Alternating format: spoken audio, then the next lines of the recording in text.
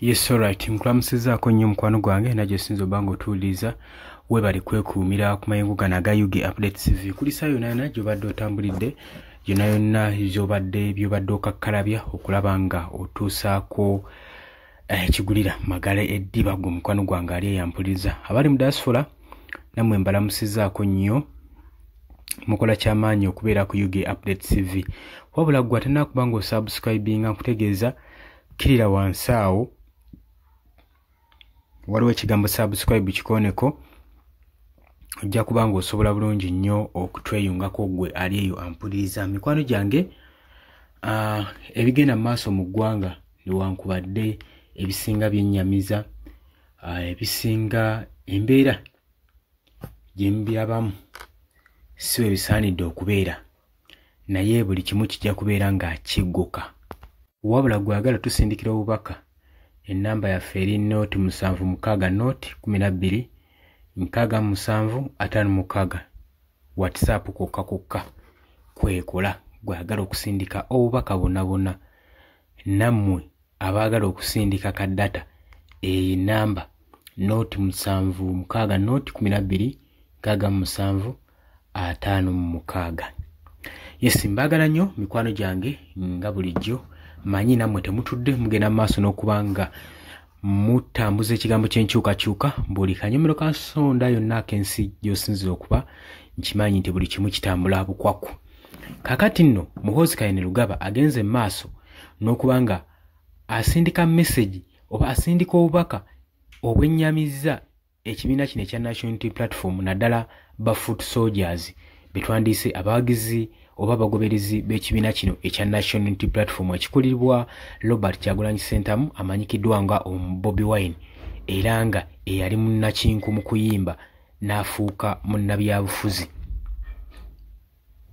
Obubaka nno buno bulabikanga obutalina makulu abasingawo obutunulako n'obulaba naye nga amakulu agabwekuseemu mangi nnyo ddala, kubanga bwakoledde obubaka buno njagala okujjukiza nti nno olunaku olwaleero Kereziya emu eya Uganda Matters ku lunaku lwennyini olwa Uganda Matters Day ekoleddwako obulumbaganyi bwa bbomu wali eri Munyonyo era babiri ne bafiirawo. Kakati ebitongole ebisinga bivuddeho criticizinga ku nsonga eno era ge mawulire agadde gasaturatinga mu ggwanga lyonna nga abatujju bwe badde baagala okukola obutujju ku lunaku olwa Matters Day, olunaku olw'ekitiibwa ku National Day ng'eno. Kyewuunyisa naye newankubadde eyo biguddewo, naye ensonga enkulu eri mu kino. Muhoozi Kayini Lugaba bino olumaze okugwawo tumulabye ng'awuba olulu lw'ekigere ku mukutu gwe ogwa Twitter n'agenda maaso n'okulabula ekibiina kya National Unity Platform era ng'agenda maaso n'okubagamba nti nno ng'estatement gy'akoze erireetinga ku nsonga oba ku kikolwa ekyakakolebwa abatujju abeetulisizzaako bbomu amakya g'olwaleero.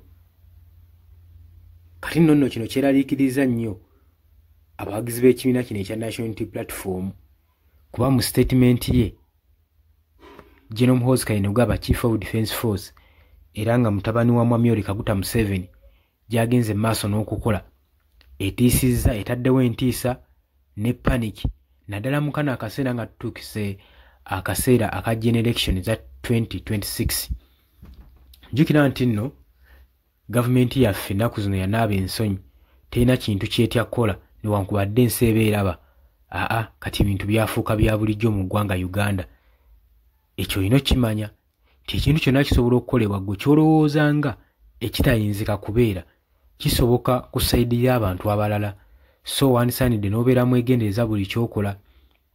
Kati olaba nga batandise okuwooninga n'okulabula abawagizi b'ekibiina ekimu ekivuganya gavumenti, otandika okwennyamira n'ebintu otandika obbikola ng'obala.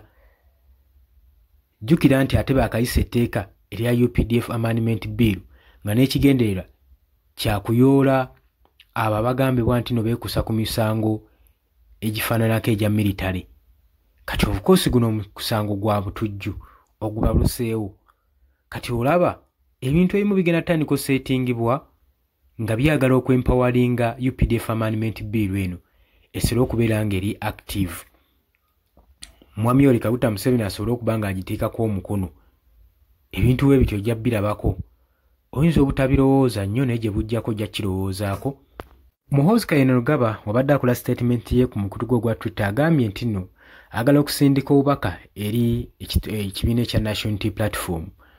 Mulekeraawo ne ideas ze mugenda mu maaso n'okukola n'okubala ne strategies n'ebyo bye mugenda mu maaso n'okutiisatiisa nga mukuba bubbomu mu ggwanga musobole okuba nga mutankuula eddembe ly'Abannayuganda.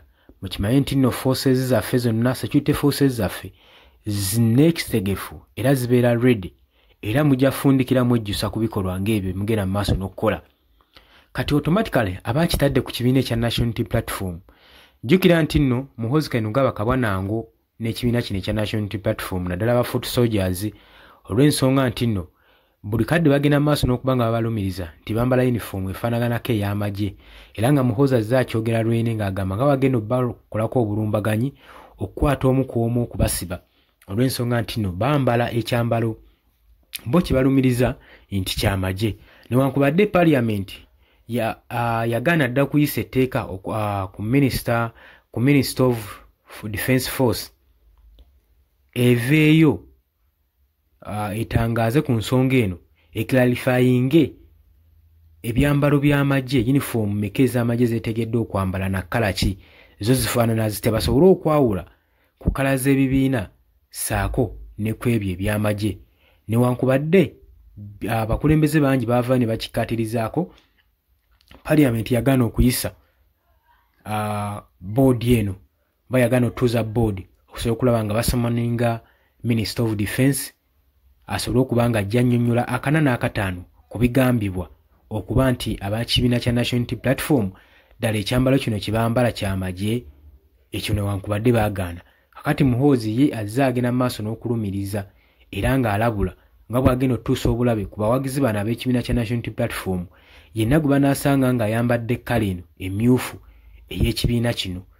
Era ye Muhoozi n'ekibiina kino bali kabwanangu naddala ba foot soldiers ab'ekibiina kya National Unity Platform. Kakati statement eno gy'akoze ekulaga nti nno buli musango ogenda okuba nga guggwawo nga gwekuusa ku kwa military kugenda kuba nga gwandiyinzika okuba nga guteekebwa ku ba foot soldiers oba ku bawagizi b'ekibiina kino ekya National Unity Platform. So osaanidde okubeera vigilant buli ndaala ku buli kigenda mu maaso n'okwapeninga mu ggwanga lyattu Uganda. Oli ku UG Updates Civic wadde osinza obba nga otuwuliriza osobola okujja mu comment section n'odropingawo ensonga yo n'odropingawo konsaani yo engeri ensonga eno gyekutteko na bubaka ki bw'oyinza okusindikira Gen. Muhoozi Kainerugaba oba security agencies zonna zonna zigenda mu maaso n'okulumbagana ba foot soldiers ab'ekibiina kya National Unity Platform olw'ekyambalo olwa kala olwa uniform ey'ekibiina gye bagenda mu maaso n'okuba nga bambala. Kaakati ensonga zino nga wooziraba zandibanga tezinnagenda mu maaso nakuba nga ziri active naye gye bujjako mu maaso naddala nga tusemberedde akalulu ka 2026 zijja kubeera active, so temusaanye zibuusa maaso. Abali emitala w'amayanja mu US UK mbatumiddeko nnyo mwebale kwekumira ku UG Updates TV. Naggambye gwagala oteekako obubaka enamba y'essimu ku eri okwo twagiri nnyuwalinze ennamba eri ku mukutu gwaffe gy'oba oyitako kusobola okulaba ng'osindika obubaka bwo. Mbagala nnyo, mweraba.